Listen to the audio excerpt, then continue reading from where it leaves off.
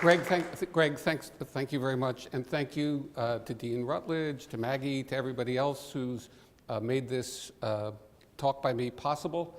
I am grateful for the opportunity. It offers me an opportunity to think through some of the issues that are on my mind and to try and distill them into what hopefully will turn out to be a coherent talk. I also want to apologize for the delay from last fall, where I had some medical issues that made it impossible for me to come out then. I want to apologize for the cold that I have right now, which I brought with me from California, and do not in any way blame the state of Georgia for. And I want to apologize if I should turn out to bring down the average of the quality of the Sibley talks, of which apparently there were 114 good ones before me.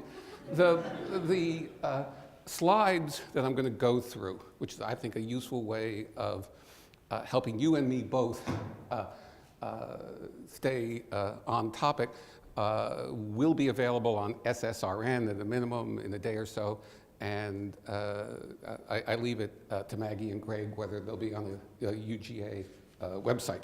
So with that in mind, let's get down to the topic at hand, which is the relationship between fiscal policy on the one hand and some of the themes of inequality on the other, and in particular, how fiscal policy can accomplish a great deal towards what I like to think of as an inclusive growth path, that is a faster growing economy, but one in which that growth is more equitably shared. So let me give you a 5-minute overview of what I want to accomplish. I have a lot on my mind. I'll start picking up the pace and talking too quickly very soon, but hopefully this will give you a sense of what I'm trying to accomplish.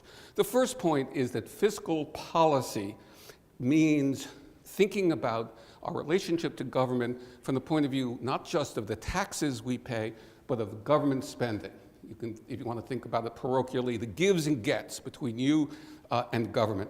And that means, in turn, that we have to think beyond simplistic labels of just taxes and are tax cuts good for us. We have to think even further than that, beyond labels like taxes and transfers, pretty odious term. The only one more odious is redistribution, which I'll spare you my diatribe on that. And instead, we need to think about what the net of taxing and spending policies mean for our welfare in the technical sense, that is, our well-being. That's what we should focus on, and that's what public debate almost never focuses on.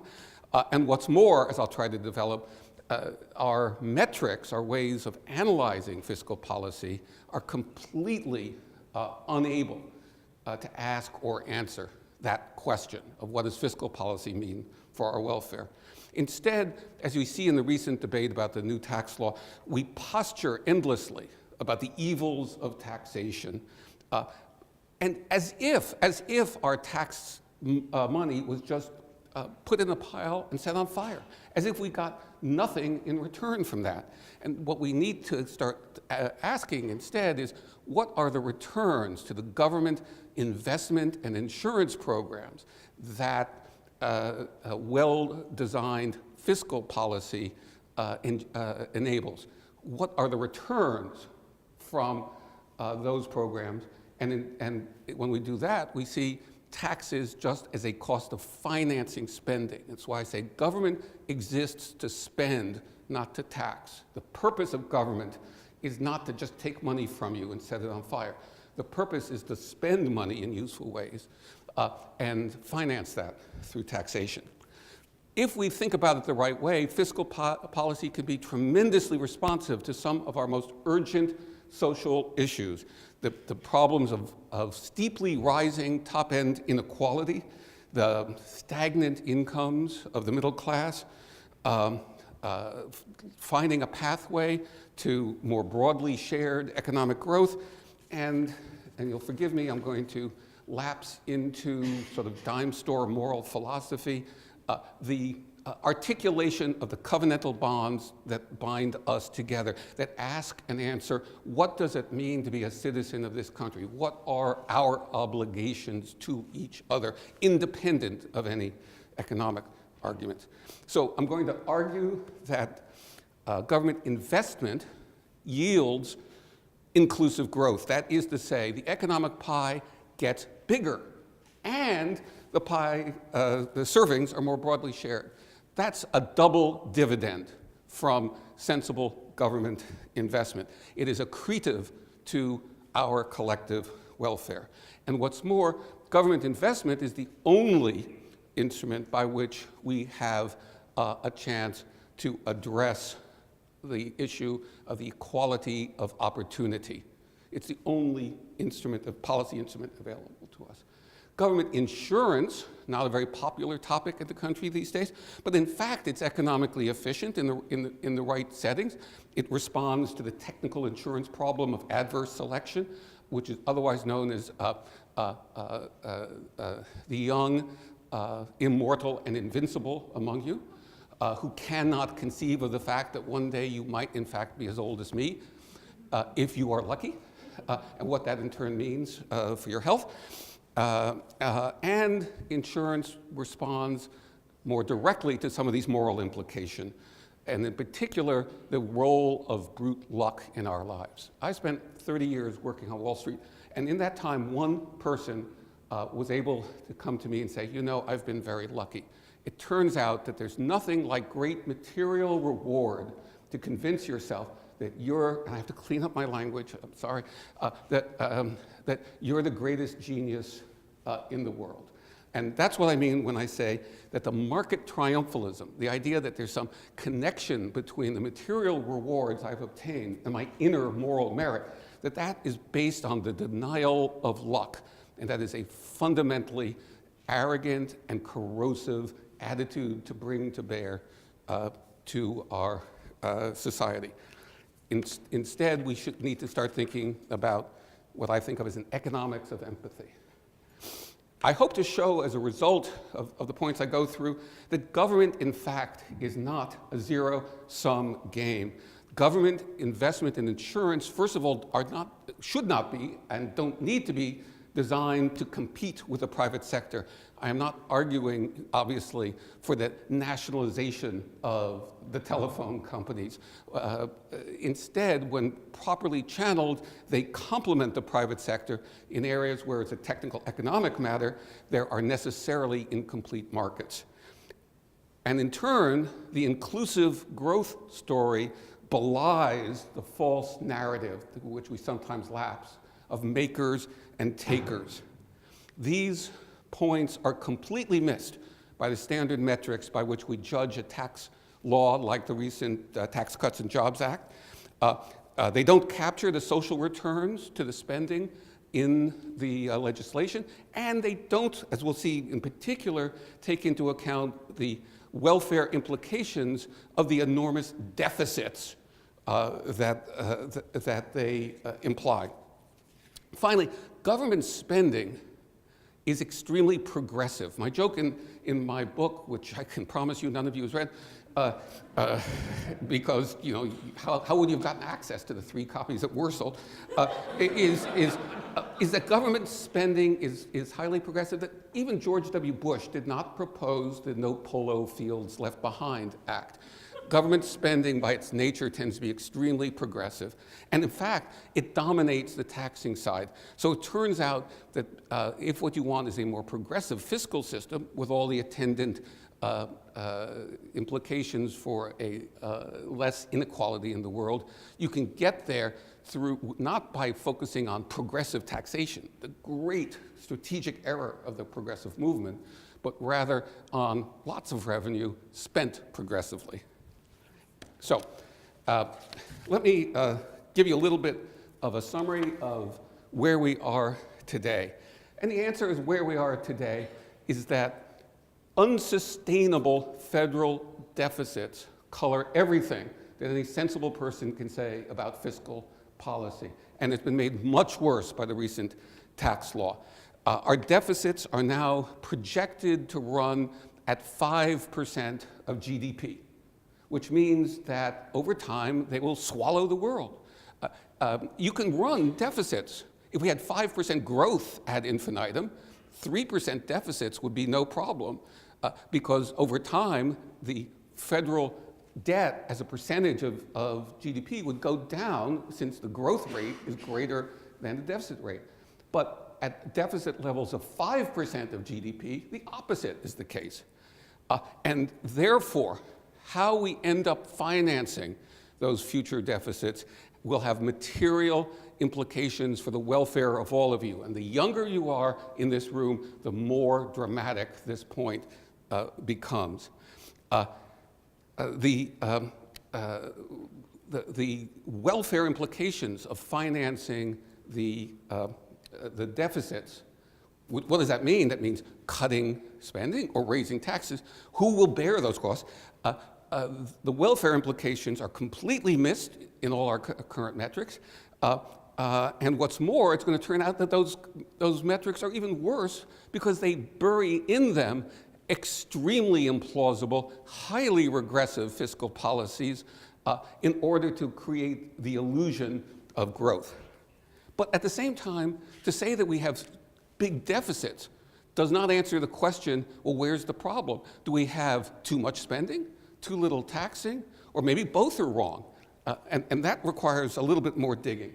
And to me, the most useful way to approach that question is to ask ourselves, how does the United States compare to other countries? We don't like to think in these terms. We like to think that we are so exceptional that there's no comparison that can ever be made between the life of Americans on the one hand and the benighted, hopeless existence pursued by the French on the other.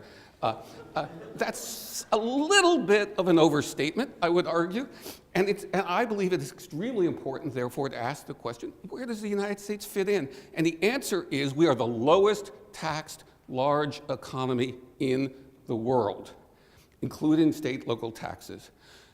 We are 8 percentage points of GDP lower than the average of the OECD, which is sort of the trade club of the big rich countries, plus a few hangers-on like Estonia. If we in fact raise taxes at the same level as the OECD average, don't mean to frighten you, but that would be a $1.5 trillion a year more in taxes. The TCJA, the new tax law, added $1.5 trillion to the deficits over 10 years. Our gap with the OECD average is $1.5 trillion per year. And numbers are going down because the TCJA adds a substantial amount to our ongoing deficits. It turns out, as I'll show you in a second, that the tax system is not steeply progressive, it's modestly progressive. And it also turns out that the government of the United States, the federal government in particular, all governments put together, are outliers in only 2 areas, only 2 places. One is defense, where when I first started thinking about this, I would have said the US spends 44% of the world's military expenditures. China has now, as you know, ramped up very dramatically, so we're now spending 36% of the world's spending on the military, more than the next 8 countries combined. I have no view as to whether that's the right number or the wrong number, but I have a strongly held view that if it is the right number, we should jolly well pay for it. And we're not doing that today. And the second is that our healthcare system, private plus public, and I view private spending on healthcare as a kind of tax that I impose on myself. That is, you don't care about my future existence, but I care somewhat, and therefore what I spend on healthcare is kind of an existential imperative to me, and it acts as a private tax on myself. The sum of those, private and public spending, is over 17% of GDP. The next most profligate country today is Switzerland, used to be Holland, the Netherlands spending about 12% of GDP. Well, you know, that difference between the two is about $11 trillion over 10 years. If you want to say, how do we address our deficits? The answer is spend the same level on healthcare that Switzerland spends today as a fraction of GDP. This little slide is just meant to demonstrate my point that the tax system, when considered in its totality, is not steeply progressive. Some parts are very progressive, you know, the income tax by itself. Some parts are regressive, like Social Security taxes that simply stop at a certain income level. State and local taxes, much more regressive. When you add them all up, the black columns are total income divided by income groups from the lowest quintile, the lowest fifth, the second, the middle, the fourth, and then going up at the top, breaking it out in more refined categories, the next 10%, 5%, 4%, and finally the top 1%. And what you see if you simply look at these columns is that we don't see the top 1% carrying a staggering weight while the rest of us enjoy a free ride. It is progressive, but only mildly so. Where does our money go that we do raise? Well, I'm sorry for all of you at the younger end of the spectrum, but you're financing me and other similarly situated geezers. Most of our transfer payments go to the elderly in the form of Social Security and Medicare. And it turns out that those numbers that we spend are not out of line with OECD expenditures. The difference is that's about all we do. We don't do anything for the living. It's the living dead like me that you folks are busy financing. Those of you who are young and vital and have futures are getting the short end of the stick. We are 23rd in the OECD in total social spending, and our trend line, what we've sort of baked into future budgets, is heading down. Our net investment in public infrastructure, that is net of depreciation, is approximately zero. All we're doing is, in fact, covering the wear and tear on our existing infrastructure. We're making no net investment. And our total non-defense discretionary spending is on a trend to go down even further. So that's where we are today in terms of our fiscal policy.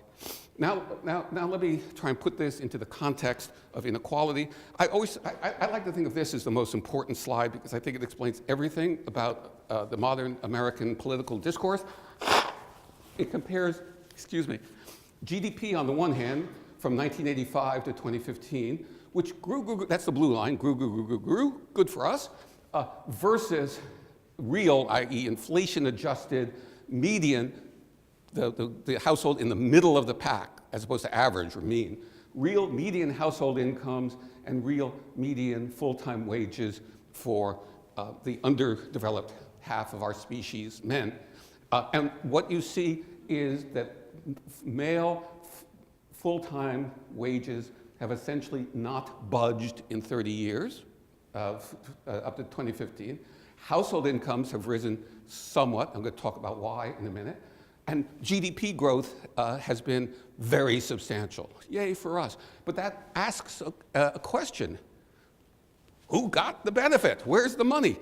And the answer is, what a surprise, turns out that the rich have done better than you and me. And so this, to be very clear, many of us in this room, I'm having a little trouble with the pointer, but many of us in the room are down here. This is the bottom half of the country. That I managed.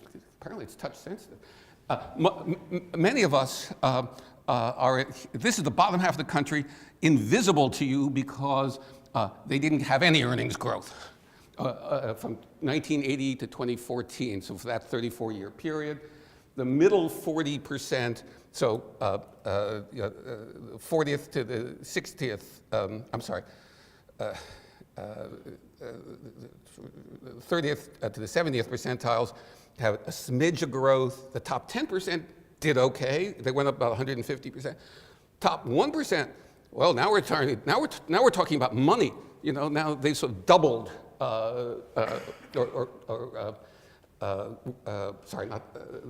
they increased their pre-tax income essentially by doubling over that period. But when you get to the top 1/10,000th, well, we're talking about increasing their incomes by 5 times and the top 1/100,000th by over 6 times. So we have a very, very top-heavy distribution of who captured that income growth when you go back to look again at GDP over the last 30 years or so. And this is not an artifact of one particular data source. They all, or almost all, would agree with this, subject to their own limitations. Many of the important data sources are extremely unrefined at the top end. The Survey of Consumer Finances, for example, is not very good at the top end. Tax data tends to be best at the top end. The work that I think of as the gold standard is that by the Congressional Budget Office, but they're several years behind in their latest numbers. So the result is that the top 1% has doubled their share of national income over the last 35 years. The top 1/10,000th have tripled their share of national income, of annual income. The top 1%, a big difference between the rich and you and me is that they have more assets. I don't know if you want to think about that for a while, but you may see the logic of that. And they therefore control 42% of the nation's wealth. The top 1/10,000th, 11%. We have, at the same time, the highest adult poverty rate in the United States. Adult poverty meaning 18 to 65s. We have also among the highest ratios of rich to poor, usually measured as households at the 90th percentile versus households at the 10th percentile by distribution of national income. And our so-called redistribution policy instruments just don't move the needle all that much. So here is all of the OECD countries. There are 34 of them. This line in the middle is the OECD average, and there are two pieces of data on there.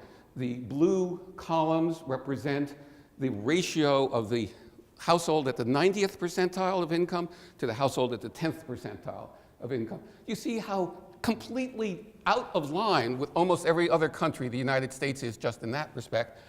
And the yellow diamond reflects the so-called Gini index, which has nothing to do with old television shows starring Barbara Eden. It was a Mr. Gini, and it's a one-shot measure of inequality. It's not perfect, but it's a single number.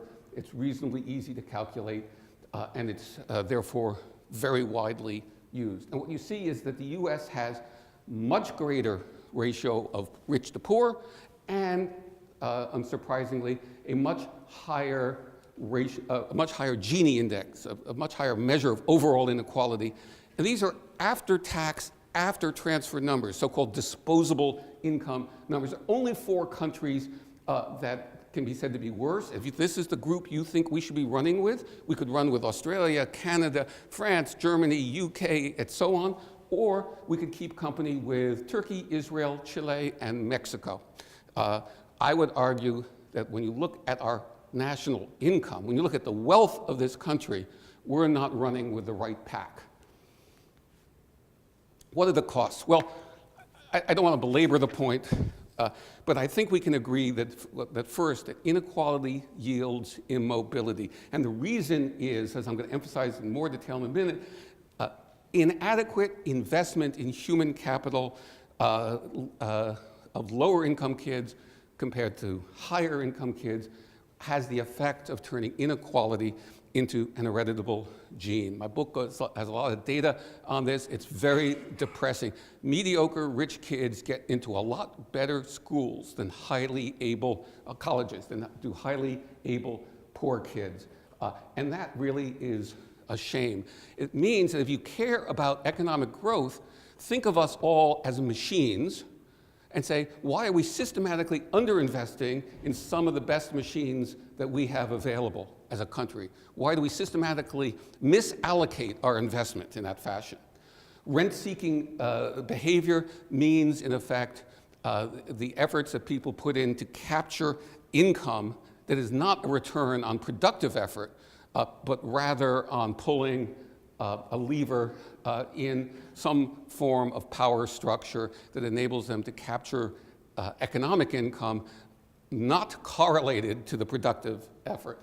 If I spend $1 million, which would be a big spend, on a targeted tax relief, which is the polite term that we use in lobbying, on targeted tax relief for my industry, and I succeed, my income goes up, but that's not because I've made a better iPhone. It's because I've pulled the levers of policy through the application of some lobbying money.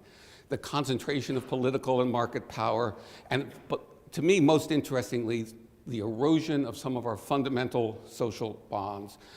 We have a system where we see the effects, I believe, of stagnation of middle-class wages in how the marketplace of ideas plays out, the widespread suspicion that everything must be rigged. We just don't know exactly how. And conversely, this extraordinarily arrogant view that conflates my market success with my inner merit. So I don't have a lot of time. I don't want to waste time on the data sources, but the book and the presentation talks about that a little bit, because the points I'm going to make are not terribly controversial, and therefore I'm going to do them quickly. The first point is that since 1982, that's the red line there, as I suggested before, the wages of working age men has been stagnant. Yes, more is spent on their health care, which is invisible, but I would argue that, in fact, that's not a good trade. What that represents, in fact, is rent-seeking by the healthcare industry, which today is the most inefficient, overcompensated industry in the country. That's one of the main reasons why our healthcare spending is so high.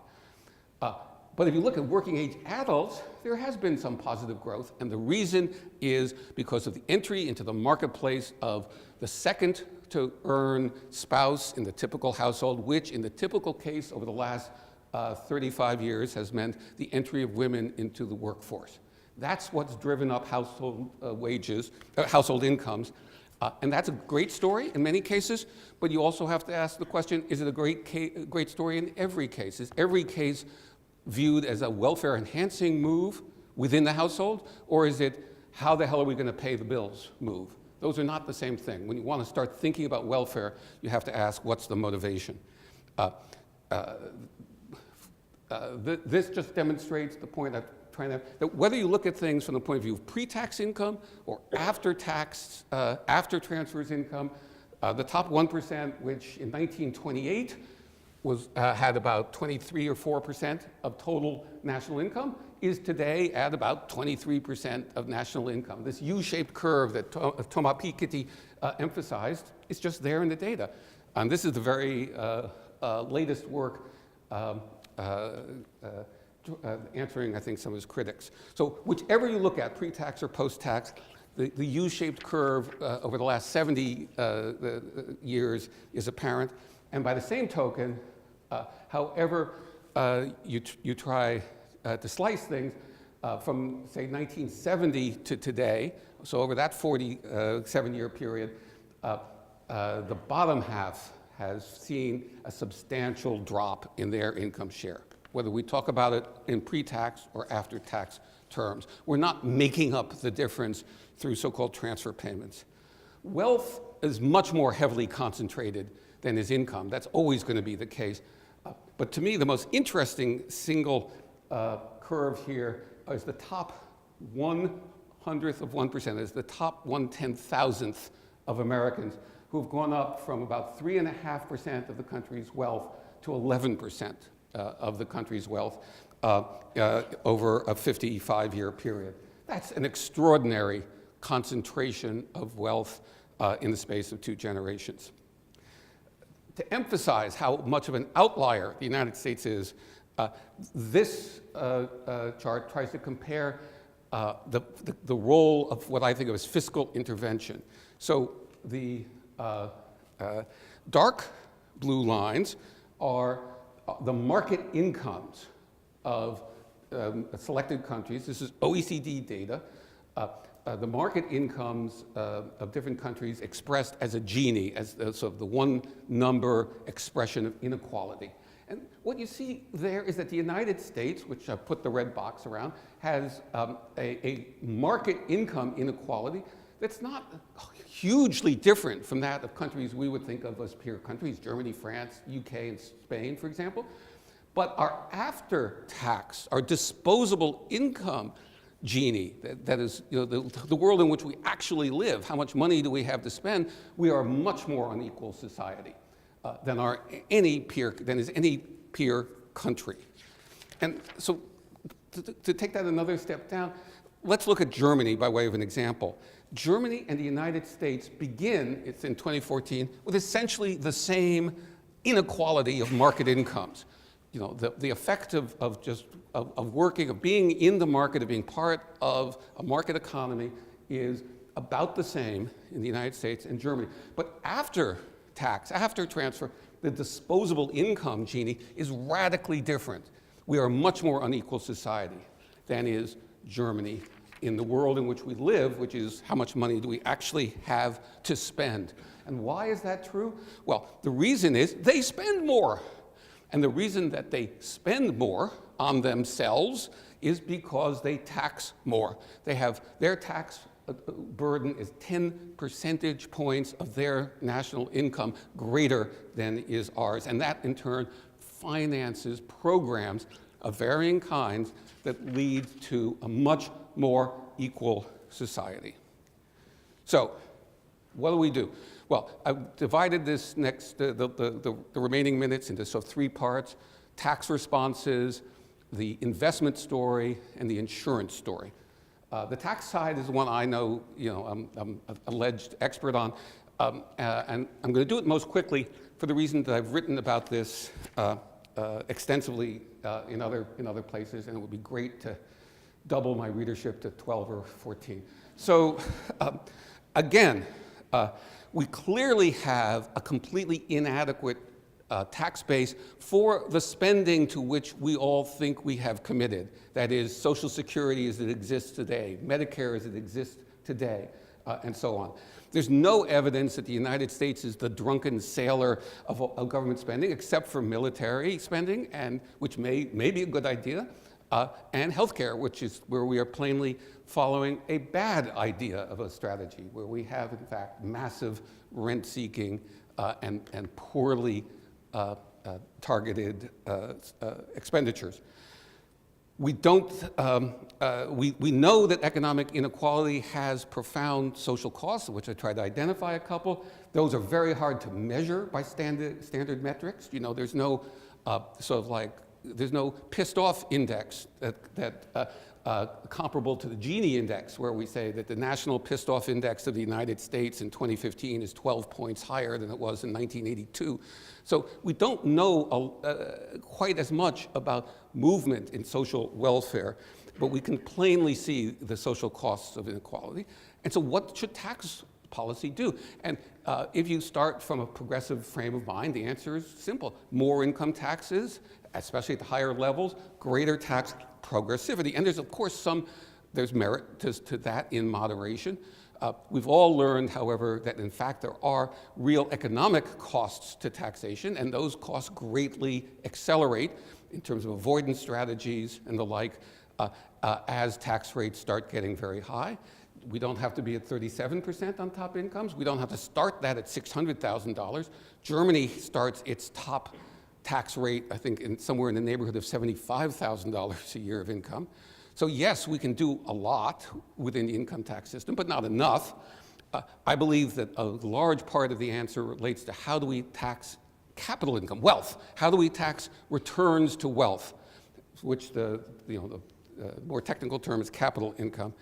And for the very, very top end, it would be great to have an estate tax as opposed to an opportunity for the enrichment of anti-estate tax planners, of whom some of you may one day soon be one. But again, because I'm talking about tax now, don't leave in the middle because tax is only one side of the ledger. It turns out, I believe, that the great strategic error of the progressive movement has been to conflate progressive fiscal policy with the progressive income tax. That is self-limiting and self-defeating for the reasons I've said earlier, that public spending itself is highly progressive. And so when you look at a country like Germany, what you discover is that its tax system is less progressive than is ours, but their disposable income, Gini, is much lower. It's a much more equal society. And the reason is the spending side dominates. You don't need a super progressive tax system. You just need enough money to have useful programs that, in fact, put people on to more productive career paths. It's the spending side that dominates, and that's what the Northern European countries in particular figured out a long time ago. So I've written extensively, extensively about tax matters. I don't want to do this in great detail. A carbon tax, with a moderate carbon tax, would raise $1 trillion over 10 years, and obviously has the positive externalities of dealing with environmental issues. We're the only large economy without a national value-added tax, basically a national sales tax. It's a regressive tax, can't have it. Well, yes, we can, because the money raised will be spent in progressive manner. We need a coherent approach to the taxation of income from wealth, and we just made a lot of new mistakes, and very expensive ones. The so-called pass-through rate is a $415 billion frolic that serves no economic purpose. That's real money of yours that we are throwing away. Capital income tax, because it is a tax on the returns to wealth, and because wealth is so highly concentrated, is itself very, very progressive if you get it right. That is, a capital income tax that actually collects tax in some coherent fashion does not need a high rate, because it applies to the very top end of incomes, because they're the ones with wealth. It works almost automatically to be a progressive tax. And I've just published two modest short little papers totaling, I think, 275 pages on this topic. One came out a couple of months ago, the other last week. And because of that, I'm not going to, despite my great fondness for my own work, I'm not going to belabor the how-tos here. But the basic idea is that a flat rate tax, that is just 25% on your capital income, in fact is very progressive over time, which is the relevant margin to which to look at it. Because what it means to be rich, what it means to have lots of capital income, is the privilege of not needing to spend it today. That's where the wealth came from. And therefore, a tax that you actually collect every year has what economists call a tax wedge. The effective rate grows the longer the money is left untouched, which they view as a bad thing. I said, well, you're right up until the last conclusion. It's a good thing, because it introduces a tax progressivity without high nominal rates. But you have to measure those taxes on an annual basis. I do that through what I call the dual business enterprise income tax. This is as reduced a formulation as I can do. The first point is that we are all hung up as tax academics on the idea that all income should be taxed at the same rate. That's just plainly false as a matter of economic theory. It would be true only by coincidence. And so my idea is you have this flat rate tax on capital income, say 25%, but you actually collect it every year without regard to cash flows, without regard, and a progressive tax system like we have today, with top rates in the 40 to 45% range on labor income. The key mechanism is to come up with what I call an allowance for capital account allowance, which is sort of a fair return on investment. That gets treated as an expense by businesses, and it's a mandatory income inclusion by investors, regardless of whether they get cash. So they pay tax on the fair economic expected return from investment, regardless of their cash. I'll skip that just for the sake of time. So now, looking at the other side of things, looking at the debate within, say, the Tax Cuts and Jobs Act, what about growth effects of tax cuts? After all, if tax cuts deliver big growth, and that growth is broadly shared, then I'm looking at things the wrong way. And so I think a lot about how we approach this question of the growth effects of tax cuts. Here, I have another relatively recent presentation on SSRN that does this in more detail, but this is the place where you begin to see how terribly inappropriate are the policy tools that are used by policymakers to figure out questions like the growth effects of tax cuts. We have these elaborate so-called general equilibrium computable models, and the basic idea is that if you increase the after-tax return to labor or to capital income, you get more of it. If you get more of it, then everybody gets richer, and we have growth. If we have growth, we have more taxes than we would have in a world of zero tax. And the problem with all of that is that it completely sidesteps the question of how exactly we're going to distribute the benefits and the burdens of the tax cuts, and whether, in fact, we are not simply asking the poor to finance the rich, which in fact is what the TCJA does. So we have these competing theoretical models. They're very sensitive to their inputs. The models themselves compete, and they do not model the strategic responses of other countries. But most importantly to me is the relevance of deficits to the analysis. So again, deficits at 5% of GDP in a world of 3% growth means that the deficits are going to devour the world. Those deficits represent something that ultimately will be financed. That is, either we will pose more taxes on ourselves or we will take away benefits. And it turns out that the most dynamic of these dynamic models, the ones showing the greatest growth effects from cutting taxes, cannot function because they posit individuals with infinite lives and perfect foresight. Whether that's true or not, another story. But what that means is if you can see that the growth path of the United States is unsustainable because of these deficits, you won't, in fact, buy treasury bonds today because at some point you can foresee the ultimate blow up, and therefore you don't buy treasury bonds today. Therefore, the model literally does not compute. And in order to come up with a growth answer to tax cuts of the magnitude of TCJA in the context of large deficits to begin with, the official revenue estimators, in doing their nonpartisan work, authentically nonpartisan work, were required to come up with counterfactual fiscal policies. This is, in other words, and let me translate this into a more technical economic language, they had to make shit up. And because the models wouldn't compute. And so the problem is that the growth that the model predicts is only there if the counterfactual policy becomes fact. And it turns out, of course, that will not happen. The counterfactual policies here was to vastly cut transfer payments at year 30. Why? Because every member of Congress now serving will be dead by then. So what do they care?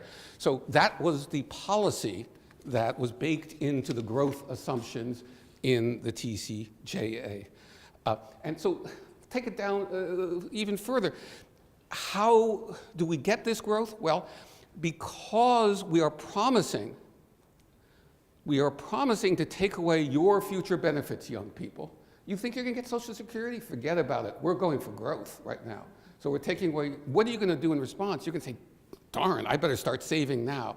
And so you're going to work longer hours now, you're going to save more now, because we've just made a firm commitment to ensure that you will not have any Social Security at the end of the day. And then we say, yay for us, we've created growth right now. That growth from your harder work today. Is that, in fact, a welfare-enhancing move? I leave it to you all to think about that. The problem is that growth can be measured, welfare gains are not, and here, in fact, what we're doing is we're clearly trading off welfare for growth. And the promises that are made about growth, especially in the tax cut arena, tend to be systematically overstated for this reason. So we don't, our scoring metrics, that is what we use in the budget process, the dynamic budget estimates, says nothing about the welfare of Americans.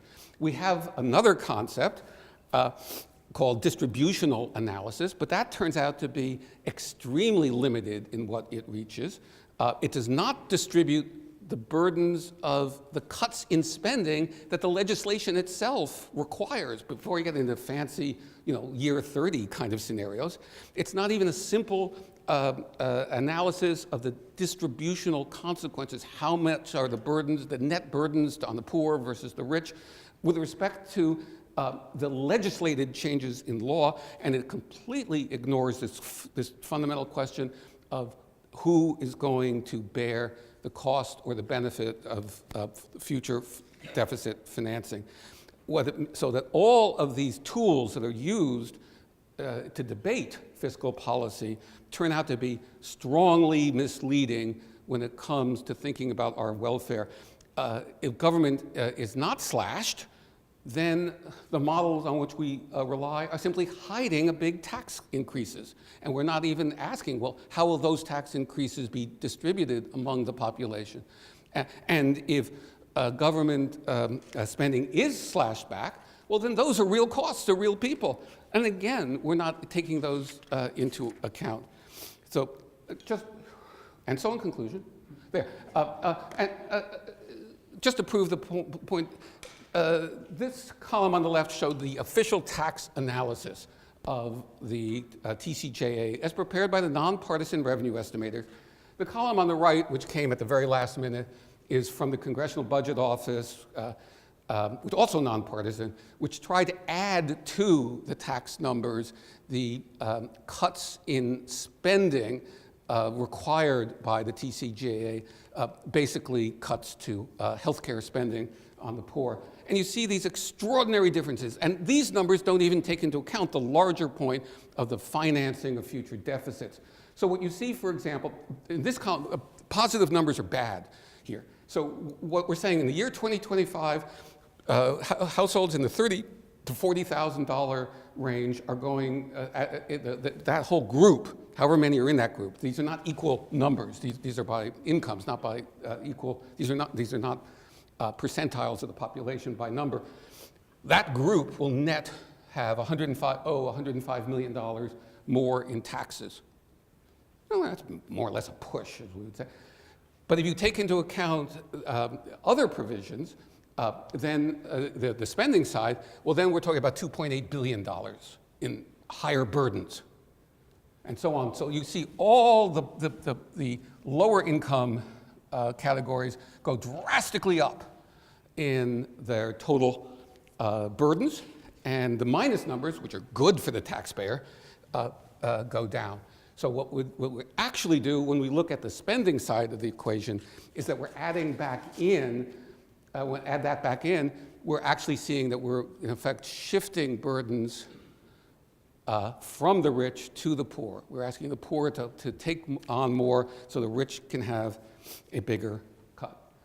So that was tax, inclusive growth. Well, it doesn't, you don't need to have a PhD to just take a step back and say that our largest investment class, the largest class of assets in the United States is ourselves. 60% to 2/3 of national income is the result of our personal labor. And if you think of ourselves as machines, you'd say, let's get the most out of them. And if you think about ourselves as human beings, you might want to say, how can we increase our sense of well-being? And the answer is, again, through a sense of making a contribution, of productivity, of success, all of which requires good health and good education. Those are the forms in which you invest in human capital as opposed to oiling the greasy machine. And government is the only logical investor here.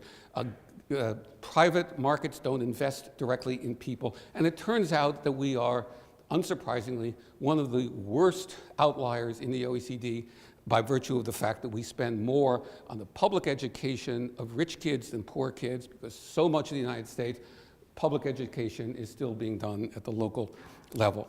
The same point for infrastructure. The public goods themselves are progressive. Everybody gets to go to the park. But in addition, there are these very important positive spillovers in terms of things like jobs with dignity, because not everybody else is going to work in not everybody will work in Silicon Valley.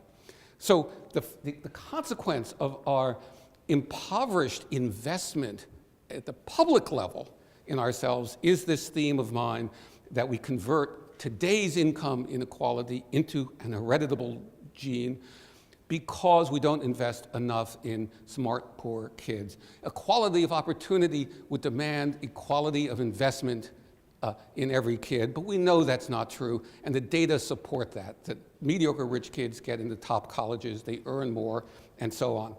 At the same time, good health is a prerequisite to our welfare, and yet we rely very heavily on the private market component, which is not in any way equally distributed. The result, when you look at mobility data, either within a generation or across generations, is that we're worse than Canada, which I would have thought would be a closely comparable society. We're worse than Europe.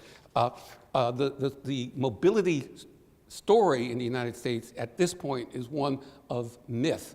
We are well behind our peer countries in the mobility of our society within one generation or across generations. So here is where government yields inclusive growth. If you, in fact, get maximum potential out of every citizen, you will have more growth, because we're so far from accomplishing that today. And by definition, it's more inclusive, because you're bringing up those kids who otherwise would not have the investment behind them. They would not have the wind in their sails to enable them to achieve their full potential. And the IMF, the International Monetary Fund, the OECD, and others have done some great research making this point, that these kinds of public investments yield a double dividend by boosting GDP and reducing income inequality. So finally, let me turn to my latest obsession, which is this whole idea of the relationship of fiscal policy on the one hand to brute luck in our lives on the other. And it turns out that when I ask the question, what's luck got to do with it, the answer is everything. It's a very tough point for many financially successful people to swallow, that luck had anything to do with their lives. I worked very hard, they said. Well, you know what? So do a lot of other people, and not necessarily with the same outcomes. The truth of the matter is that we control less about our lives than we'd like to admit. We tell ourselves a story because it enables us to get up in the morning, and not kill ourselves. But the fact is that we control less than we think we do, and that has important moral repercussions and has important fiscal repercussions. We don't control our health. We don't control our we certainly don't control who our parents are. We certainly don't control to whom we were born, and a million other factors in our lives. Nor our. If I had a choice, I would have asked to be better looking, but nobody. I took what I got, and I tried to make the most of it. Same for all of you. So we all deal with the hands we're dealt. We all do the best we can. Many cases, issues like health, the discipline of doing our homework on time, which in turn leads to good disciplined work habits. These are not because we chose them at the age of 5. It's because our parents chose them, and we did not in turn choose our parents. And so this idea that everything that we obtain from the market is a reflection of our contributions to the market and nothing else is what I think of as the denial of luck. It misreads market incomes. It sees market incomes as a signal of something that is simply not true. It ignores the fortuities that dominate our lives. It ignores the incompleteness of real-world markets, and it leads to what I think of as a very immature political philosophy as well. Insurance is not the same as transfer payments. I mentioned before that when we look at taxes and transfers, we're already putting labels that are very inappropriate on our relationships to each other. Insurance mitigates bad luck in places where the private markets can't reach, healthcare being an obvious example. It doesn't mean that we can equalize everything, of course, but we can do a lot better than we are today by looking to the authentic use of insurance. The idea of insurance, a great financial product invented in 13th century Genoa, is that we would all prefer to take a a fixed small loss than to carry the risk of a highly uncertain catastrophic loss. That is the basis of insurance. That is a concept, whether it's healthcare or shipping cargo from Genoa or anything else, that retains its importance today. And when you apply it to some of the existential fortuities of life, argues for a larger role for government, in particular in the form of insurance. It's not the case. Insurance, in this one sense, is a zero-sum game, putting aside transaction costs. Insurance is a zero-sum game as we all put in a fixed small amount to compensate those who are unlucky, who have the adverse fortuity, as they say in insurance. And so in that sense, money's just moving from one pocket, some guy's pocket to another. And yet we've all bought insurance for the last 750 years. And the reason is it's welfare enhancing. Because from a welfare point of view, we're much more comfortable taking on those small losses than the risk of a catastrophic loss. And that is just as true for the larger citizenry as it is for shipping goods. And the result of that means that when we talk about taxes and transfers, we're completely missing the point of the welfare-enhancing purpose of insurance. So last point, when we think more about the brute luck in our lives, we ought, I think, to become a little bit more humble as citizens, and we ought to have a little bit more empathy towards our fellow citizens. We actualize that through the idea of insurance as a central metaphor, and that in turn institutionalizes an empathetic economy. Look, there are 330 million Americans. These are people you don't know. If you did know, you probably wouldn't like them. But you have to ask yourself the question, are we all Americans? And if so, then I think it follows that a more empathetic approach, the centrality of insurance, in fact, will reflect the values that we espouse, but don't really act on. Another way of saying this is that I like to think that in the end, fiscal policy is not just about efficiency costs. It's about the articulation of our fiscal soul. It's a kind of an exercise in applied moral philosophy just as much as it is in straightforward economics. We have obligations, we have opportunities to increase the happiness of our society in the real world at costs that we can afford.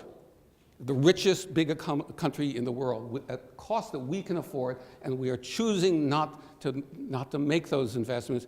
We're choosing not to use insurance to accomplish these purposes. So I think most everyone gets things wrong. The traditional conservatives get wrong the idea that government is necessarily bad.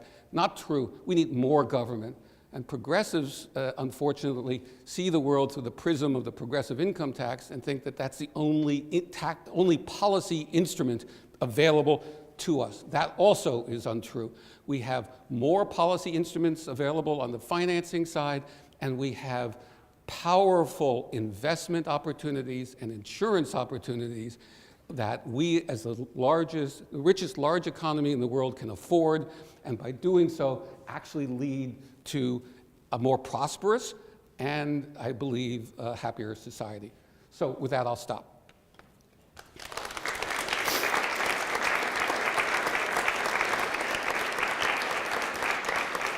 Greg, do we have time for a couple of questions? Yeah, Q&A. Q&A, let's do it. I won't yell. Yes, sir.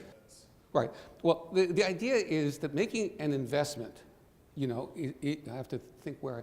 In making an investment, the question is, how do we impose capital gains tax without realization?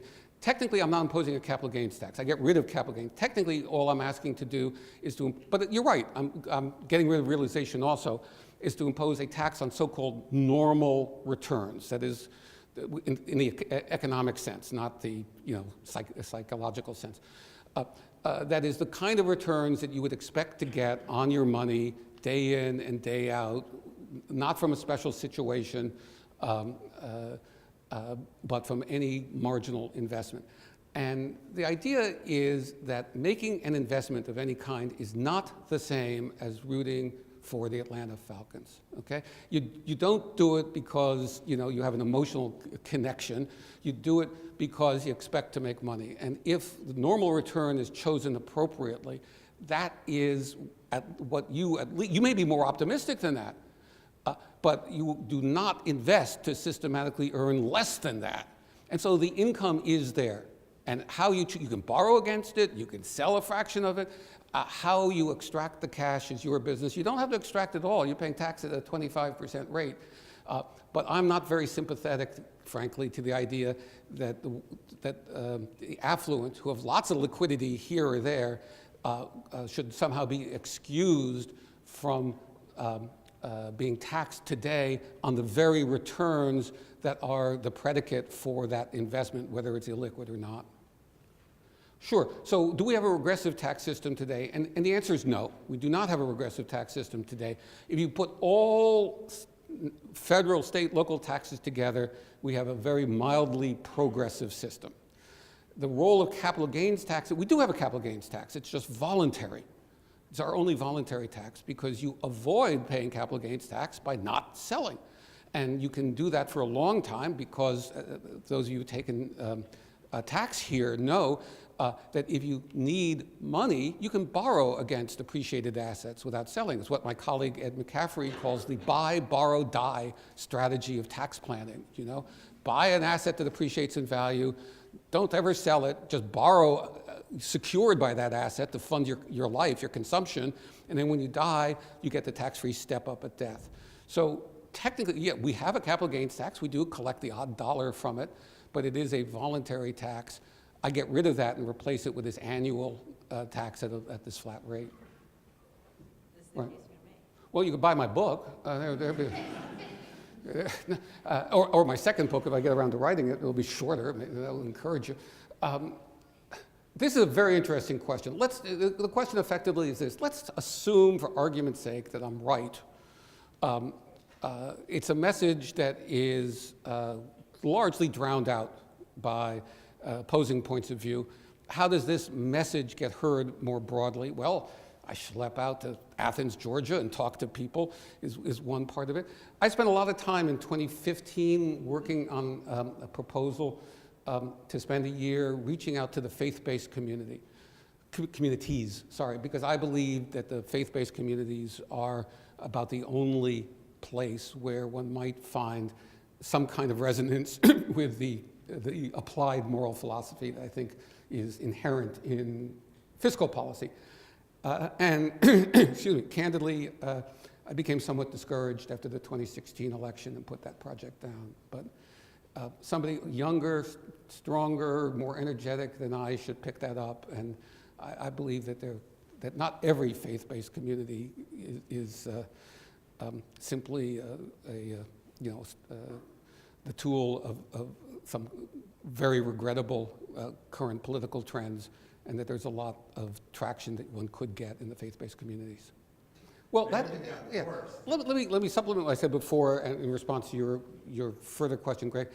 You could, in one sense, look, there's clearly a dramatic shift in public attitudes, or at least attitudes among the elites, from 1980 to 2007.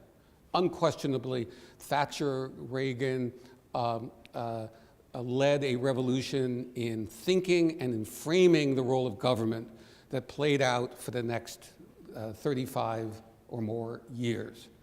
So one view is that we're continuing to just slide down that hill. The other is, like all things in life, it's a pendulum, and perhaps the reason to start thinking about these issues now is that that pendulum has reached the outer end of its arc, and the Great Recession and the sort of collapse in faith of the decentralization of financial markets is relevant there. The collapse of any kind of productive political discourse is, today is relevant there. And you can make the case, I think, that the natural arc of that cycle has come to an end, and therefore this might be a more receptive time rather than a less. Or I kill myself, either one. Yes, sir. Could state or local, yes, state and local governments can make a lot of difference in all of this. State and local governments, tend to be very revenue constrained. The federal government can afford to run a deficit because they print the money. They can't run a deficit at 5% of GDP, but they can run a deficit at 1.5% of GDP, for example. Big problem I have with state and local government, the same problem I have with a charitable contribution deduction as sort of the cure for helping people out, is that wealth across the states is so unevenly distributed. It's quite shocking, the difference between incomes in the bottom states, which are Alabama, Mississippi, on the one hand, and the top income states on the other. I believe in the end we're not citizens of Georgia or California, we're citizens of the United States. And so I'd like to emphasize the national role. But you're absolutely right that there's plenty for states and local governments can do. State-funded university being the classic example of that. So I think with that, I am told to bring it to a close. So thank you again.